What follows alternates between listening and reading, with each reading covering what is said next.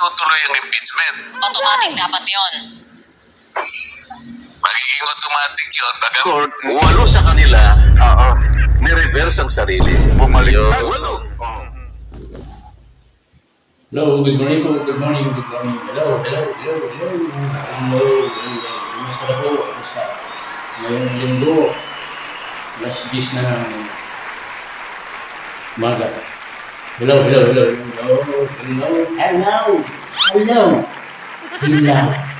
Hilaw ang kanin pinakain sa Senado. Pero matindi ito. Matindi kung gagawin natin reaksyon ngayon. Sapagkat sinabi ni Senador Dante Marcoleta, may walong na judge. Oh no! 15 yun. Doon sa Supreme Court, kapag may 8 judge na bumaliktad, nag-reverse, tuloy ang impeachment. Hindi na nila diringgin sa Senado. Matindi yun. Bumaliktad na di. Tama si Risa Ontiveros. Ano kaya mangyayari na? Babagsak na si Vice President Sara Duterte. Pakinggan nga natin si Senador Dante Marcoleta. Gagawa natin ito ng matinding reaction. Sino kayo? Bakit bumaliktad? Bakit? Anong nangyari? Tapos na ba ang impeachment? Wala na bang Vice President? Naku naman! Gising! Naantok na rin ako. Yan lang po kayo. Mag-iingat po kayo lahat kasi maulan pa rin. Ito ang panahon dito sa Mindanao ay laging umuulan. Kaya mag-iingat po tayo lahat. Yan nga, gagawa tayo ng reaksyon ngayon.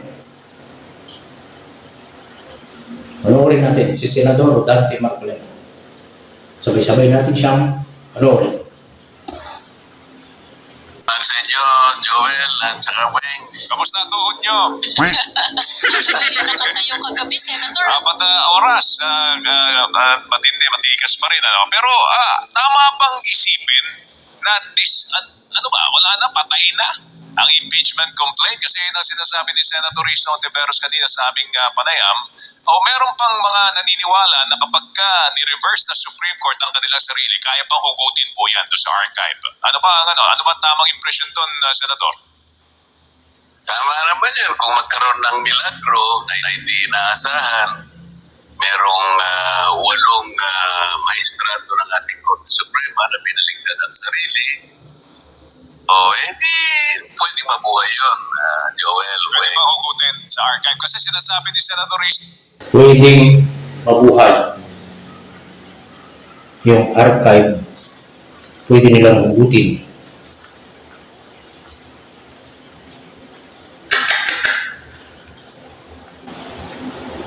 Muling mabubuhay yung impeachment. Anong mangyayari pag nabuhay yung impeachment?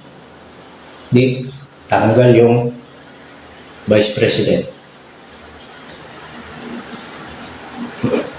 Yun yung sinabi.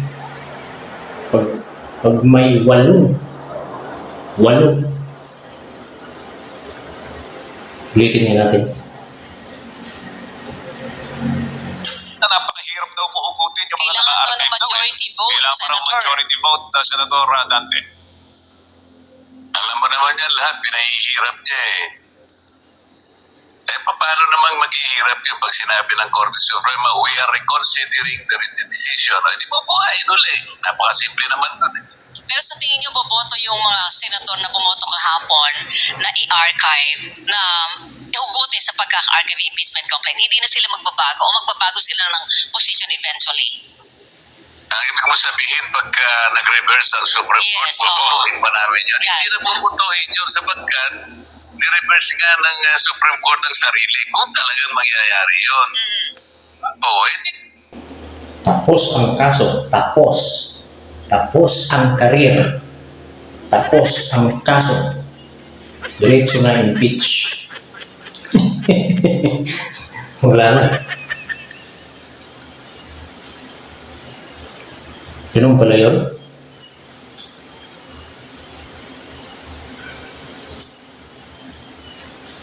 Nakakalito talaga. No? Patuloy nga natin itong pakinggan. sabihin, itutuloy ang impeachment. Automatic dapat yon. Magiging automatic yun, bagamat meron pang isang issue na pinag-uusapan dyan. Ano po? Sapagkat kinualify ko bago ko magpatuloy na aking pagsasalita, na yung impeachment proceedings na ginawa noong 19th Congress Senate, hindi naman nakatawid to sa 20th Senate. 19th Congress nila ipinasa yung impeachment. Yung 19th Congress hindi nakatawid sa 20th Congress. Wala na. Pakinggan natin kung ano ang pagpapaliwanag ni Senador Dante Marcoleta. Tingnan pa rin yun. Kaya bago ako magtapos, pinilit kong ipaunawa yun na mayroong isang issue pa doon na hindi nasisettle sapagkat yung impeachment proceedings na pinasimulan noong 19th Congress kasamang namatay nung mag-expire ang 19th Congress noong June 30, 2025. Isa yun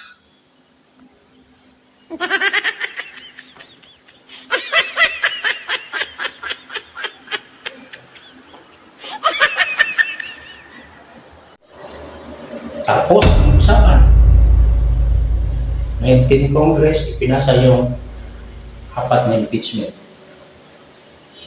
Hindi na natawid sa 20th Congress. Nung nag-expire, yung 19th Congress, kasamang nag-expire, yung impeachment case.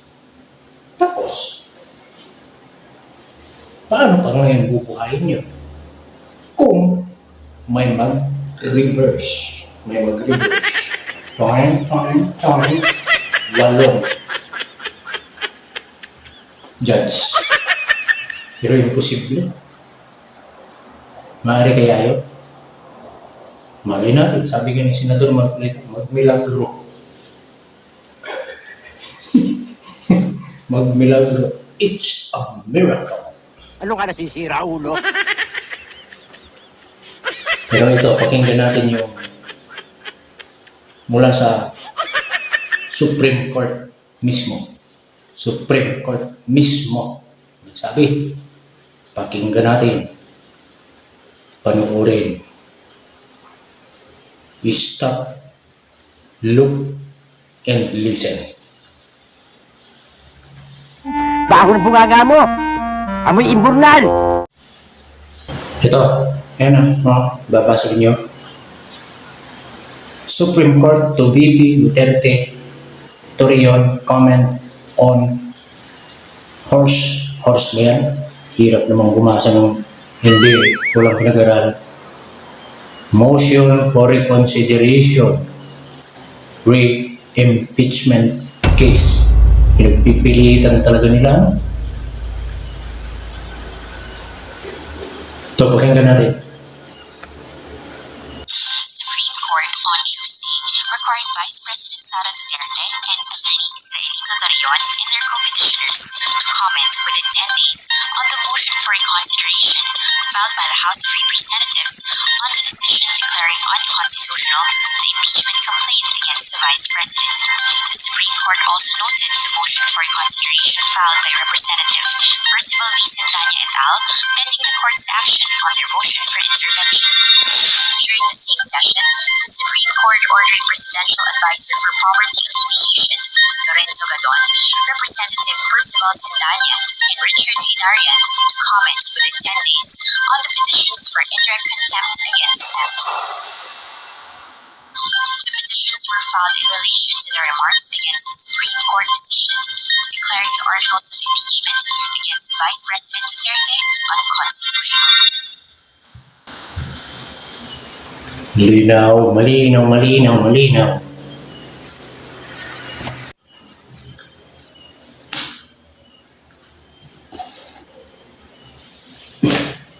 Ginagawa mo. Kahit wala akong pinag-aralan sa batas, kahit siguro, basta marunong kang bumasa, umintindi, siguro naman naiintindihan nyo. Simple lang naman yung sinabi ng Supreme Court. Pagpipilitan pa rin nila. Ba't kaya ganun ang mga sa akin? Baliw. Napapaisip tuloy ako. Panoorin nga natin yung balita sa Net 25. Kasi doon sa Oh shit, not good. noong August 6, mayroong pinagpipilitan si Senator Risa Hontiveros na nag-return yung Supreme Court. Bumaliktad. Bahon bungaga mo. Amoy imburnal. Yung pinasinungalingan ng Supreme Court. Ito, panoorin po natin.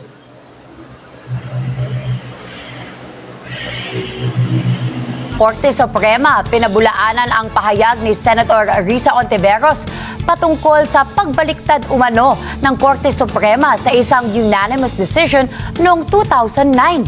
Si Madeline Villar Moratillo sa detalye ng balita. Mads? Yes, Gianna, nilinaw ng Korte Suprema na hindi unanimous ang desisyon nila sa isang kaso noong 2009 na binanggit ni Senator Risa Hontiveros sa panahon ng botohan sa Senado kaugnay sa issue na impeachment trial kay Vice President Sara Duterte. Sa isang pahayag, sinabi ng SP sa pamamagitan ng kanilang tagapagsalita na si Atty. Camille Ting na sinabi ng SP na ang ruling nila sa kaso ng League of Cities ay hindi unanimous. Sabi ni Ting, hindi nila alam kung saan nakuha ni Hontiveros ang claim nito na ang desisyon nila unanimous. Ayon nila, para sa mga kopya ng desisyon at resolusyon, pwede itong tignan sa Supreme Court e-Library o Philippine Reports. Sa botohan sa Senado, sinabi ni Hontiveros na may mga pagkakataong biniligtad ng SP ang kanilang unanimous decision, kagaya na lang sa League of Cities versus COMELEC na biniligtad umano ang desisyon noong 2009 nang mayroong maghain ng motion for reconsideration.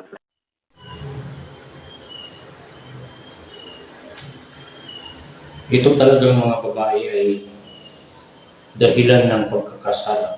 Babae. Hoy! Natutulog ako. Nagising ako sa bungaga nyo. Ikaw ba Oh shit, not good. nilikha?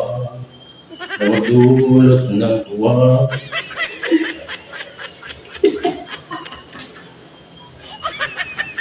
Pinagpipilitan na. Napakasinungaling. Saan kaya nakuha nung Senador Risa Hontiveros yung informasyon niya yun?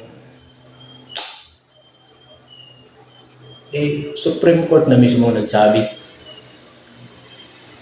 Yun yung binabanggit ni Senador Dante Marcolita na ang daming bumubulong kasi sa kanya, ang daming nakikisaw-saw.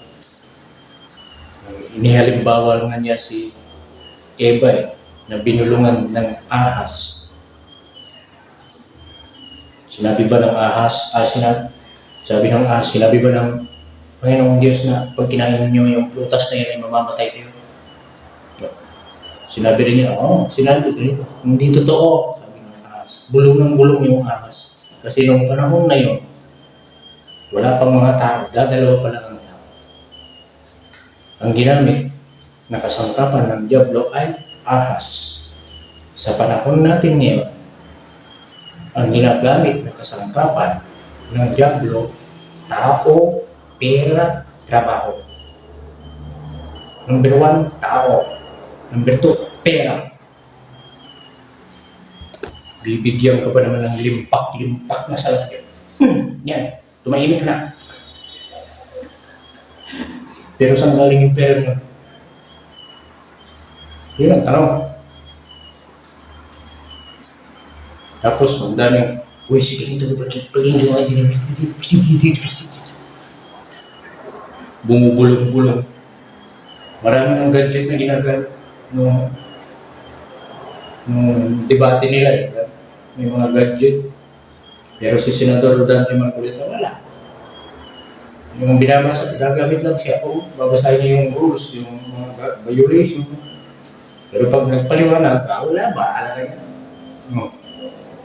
Wala silang pinagkaiba ni Miriam Defensor.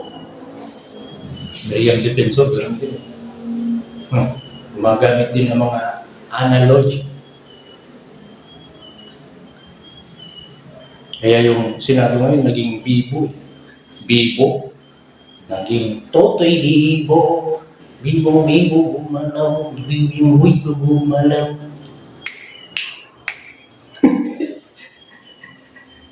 Napasayaw tuloy si Bon. Si Bato, Senador Bato de la Rosa.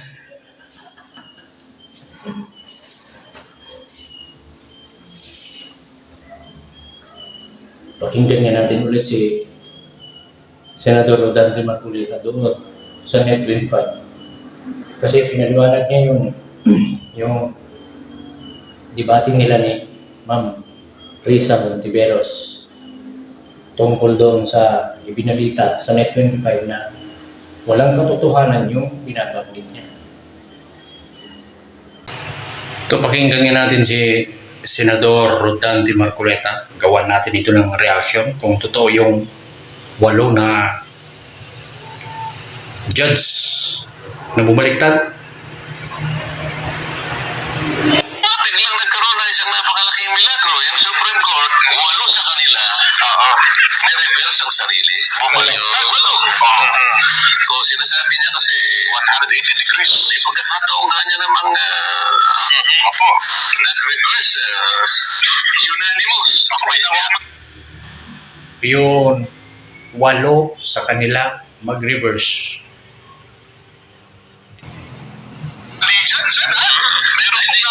Hindi ako kumibo doon. Kasi, kumbaga sa, alam mo yung yan, tayo kasi magsasaka din. Ang magsasaka kumisan kumbaga sa, alam mo yung yan, tayo kasi magsasaka din. Ang magsasaka kumisan nagiging ano rin making isda. Magkahalo yun Kasi pagkatapos mong maitanim yun, may mga isdang para hindi na kayo ng palay na. Ito pa yung talag. Para mahuli mo ngayon, meron kang silo. Hindi ko kasi alam sa Tagalog yung sa Kapampangan ang tawag namin balisasa. Balisasa? Yung balisasa. Panghuli ng isda yun, yung may takip na mga parang maliliit na kawayan na kaganyan. No? Yung takip niya. Sa Ilocano yun, bunwan. Pag pumasok yung isda ron, maluwang yung dadaanan. Pero yung nakaganyan, nasa loob yun. Yung nakabukan, nasa labas. Malaki ang kwan sa labas. Nakaganyan siya sa labas. Yun ang papasukan ng isda. Pag sa dulo naman nun, nakaganyan na. Doon sa loob na mismo yun. Hindi na makakalabas yung isda. Bunwan. Meron pang isa. Sa Ilocano, alat. Yung nilalagay sa baywang. Ewan kung mayroon pa rin ngayon doon sa amin yun. Yung alat, ipapasok mo doon yung isda. Kahit maglulukso yung isda roon sa alat, hindi yan makakalabas. Ito, ganun, yun ang pagkakalam ko doon sa binabanggit niyang balisasa. Pakinggan natin, tuloy natin. Isang ginawang pangsilo ng isda yun. Opo. Yung umang mo sa tubig yan. Ayun, yung isda, meron siyang option na pumasok. Opo. Matetempt siya na pumasok eh. Kasi maglalagay ka ng ano doon. Tinan po ninyo, ang ganda magpaliwanag. Yung analogy niya, kakaiba.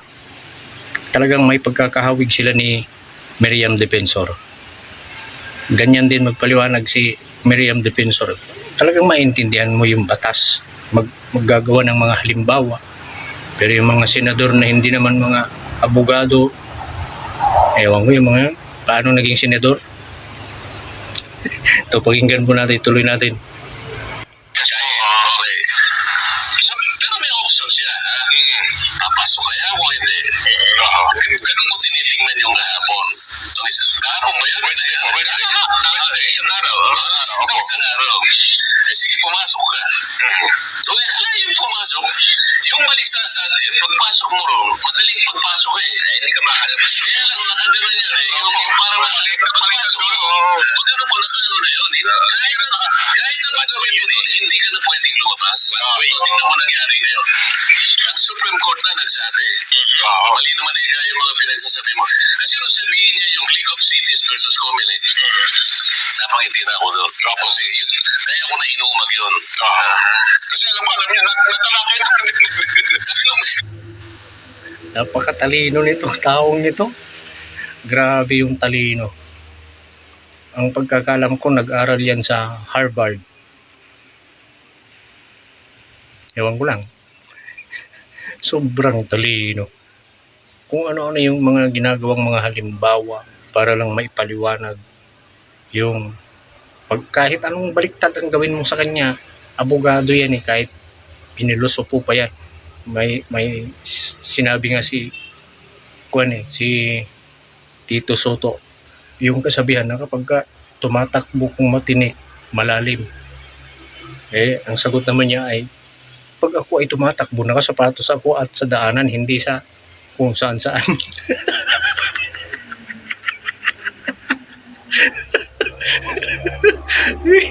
Grabe. Tuloy natin. Tatlong beses nagkabali-baliktad yun. Merong nag-dissent doon. Hindi yun animos yun. Tingnan mo ngayon. At saka ngayon, pinipilit niya magpaliwanag. Kumbaga sa isla, sabi ko nga sa kanya, nahuli ka na ng balisasa. Kahit ano pang gawin mo magpaikot-ikot, wala ka nang lalabas. Nasa sa'yo. Ang katiran naman niya ngayon, Sen, ay mabuti na rin niya yung umaamin ng pagkakamali. At least na itatama. Hindi kasi anong naitama? Naitama yung kanyang pagkakamali. Naumamin sa pagkakamali. Maranamatiling mali. Sa mga tweet. Amin gaya yun. It's a miracle. Natatawa ko kay Kuya Jem. Parang siyang pumapapel na kalaban ni Senador Marcoleta. Amin mo, sa pag-amin mo ng tama ngayon. Nang mali. Papayag ka ngayon doon sa sinabi ko na wala pang nangyari na gano'n. Papayag ka. Dapat aminin mo na yung sinabi ko, wala pa akong nakita sa tagal ng pagiging abogado ko. Wala pa akong nakita ng ganyan. Isip-isipin mo, nandun yung tatlong karakter na talagang kinatatakutan ng isang abogado. Ito ha. Yung tatlong karakter na kinatatakutan ng mga abogado sa isang kaso. Pag sinabi yan ng Supreme Court, wala nang magagawa yung mga abogado. No, pakinggan natin ha. Pakinggan mo. Stop, look, and listen. Isip-isipin mo, sasabihin sa iyo ng korte, unconstitutional. Yun lang pa. Dito lang eh, talagang palagay ko eh. Pati kaluluwa mo, mawawala yun eh. Pangalawa, void ab initio. Yan, unang bes, wala kang pangalan na wala. Dalawa na. Pagkatapos sinabi niya, violative of due process. Ayun na matindi. Mag-EMR ka ba riyan? Oo, meron pa pang-apat. Immediately executor. Dito pala sa tatlong ito, patay na yan. Ngayon, sasabihin niya ngayon na, hindi ka niya, may pagkakato. Ngayon, yung pag-amin niya na mali siya, babalik tayo doon sinabi ko, wala pa ako nakitang ganyan. Dapat aminin niya rin. Tama si Kong Marcoleta, si Sen. Marcoleta. Kaya naman ang gusto kong sabihin niya. Mukhang hindi po, mukhang meron pa rin siya mga hinahanap po eh. Ito, Mahilig talaga magpalusot eh. talagang gustong kumawala sa balisa sa doon sa Bunuan, doon sa alat. Kung ano-anong nakapasok na nga, hindi na nga makalabas na, iipit na. Gusto pa rin gumawa ng paraan. Ito, pakinggan ko natin. Kasi yung binabasa nila yan, kinuha nila doon sa page ni Senador Risa Hontiveros.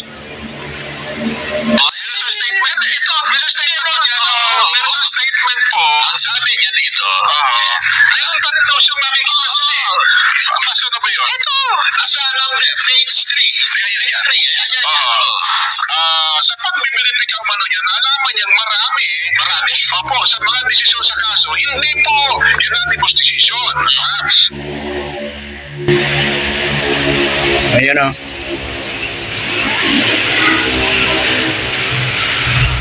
Ilapit ko lang yung aking mukha sa mukha niya. Ayan o. Senador Risa Hontiveros. Ayan yung kanya. Yan, basahin po ninyo. Malabo yung mata ko eh. Nakikita ko pero malabo.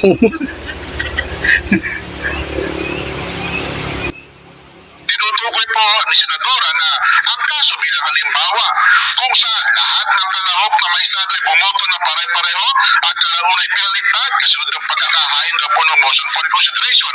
Ginamit niya naturang information sa di mayroon sa pinanggit yung pero sa isang Facebook post, yung isa nanindigan siya na may isa pang kaso. Yan, opo.